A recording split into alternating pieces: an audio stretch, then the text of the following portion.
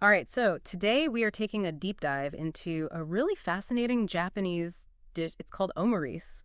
And, it's more than just like eggs and rice. You know what I mean? Yeah, yeah. And we've got some great sources here that are going to give us a delicious look at omurice. And our mission today is to kind of uncover why this dish is so beloved in Japan and what it can tell us about Japanese food culture. Right, yeah. So we're going to be looking at Omurice, this delightful combination, really, of a fluffy omelet and seasoned fried rice. Yeah, I think it really is, like you said, a window into some fascinating aspects of Japanese culinary history. Yeah, totally. So I guess, for our listeners who maybe have never had it, what is omurice? Like in its most basic form, what are we talking about here? Okay, so think of it this way.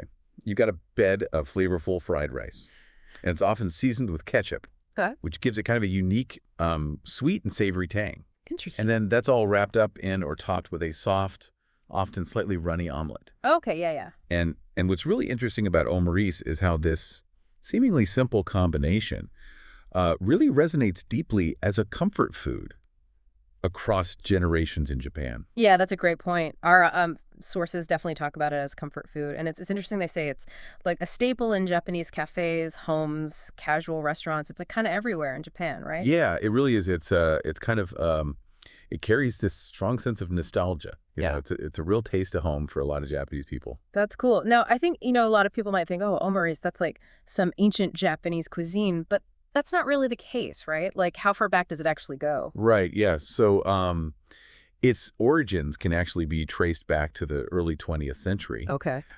during Japan's Yushoku movement. Hushoku. Yeah. So this was a significant period where Japan was really actively embracing and adapting Western-style cooking. And if you kind of look at the bigger picture here, Yushoku wasn't just about importing dishes, right? It was about creatively integrating foreign ingredients and techniques and really using that to create something distinctly Japanese. So it's like a prime example of fusion, of culinary fusion in action. Absolutely, yeah. And omurice, with its use of those Western staples, right, like eggs and ketchup, but combined with Japanese rice and cooking methods, really, I think it perfectly illustrates this innovative spirit that was going on. Yeah, that's really cool. So let's talk a little bit about like how it's made. So what are the key steps to creating a delicious omurice? Okay. So the foundation of omurice is a really well-made fried rice. Mm-hmm. And this typically includes chicken, onions, and vegetables like peas and carrots. Classic. Yeah, Yeah. all brought together with that characteristic ketchup seasoning. Right. And then, this rice is then carefully enveloped or topped with beautifully cooked omelet. Yeah. Now I know there are different ways to present that omelet, right? Like how you cook that and how you put it on top. Oh, yeah, definitely.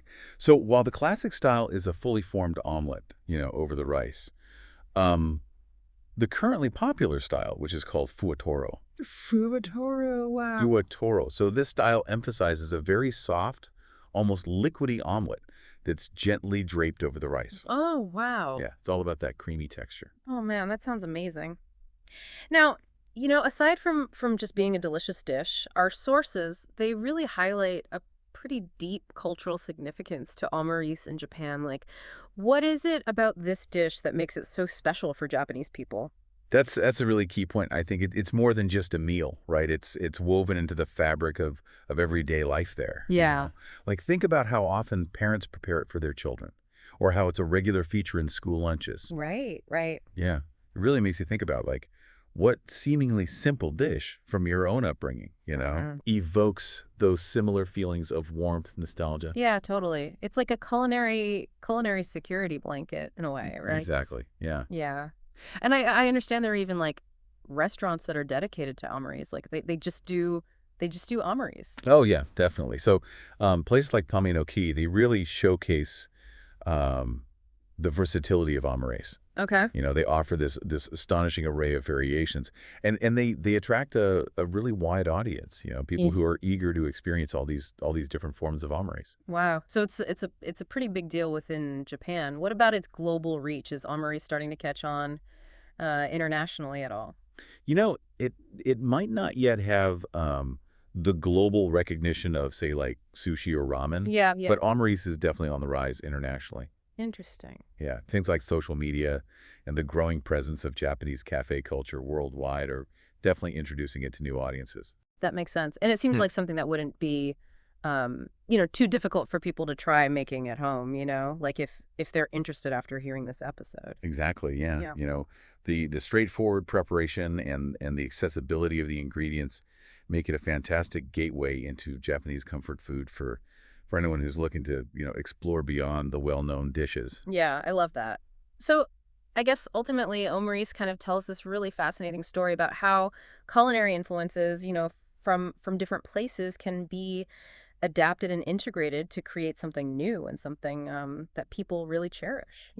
Yeah, I think that's really well said. It's a testament to comfort and nostalgia and the simple pleasures, of a thoughtfully prepared meal. Absolutely. Well, it really makes you think about what other seemingly simple dishes in different cultures might hold similar rich histories and cultural importance. Yeah. Like what other examples of culinary fusion are out there that might have equally compelling stories to tell? I think that's something worth thinking about for sure. Yeah, great question. Thanks for joining me for this delicious deep dive. Oh, thank you for having me. This was fun.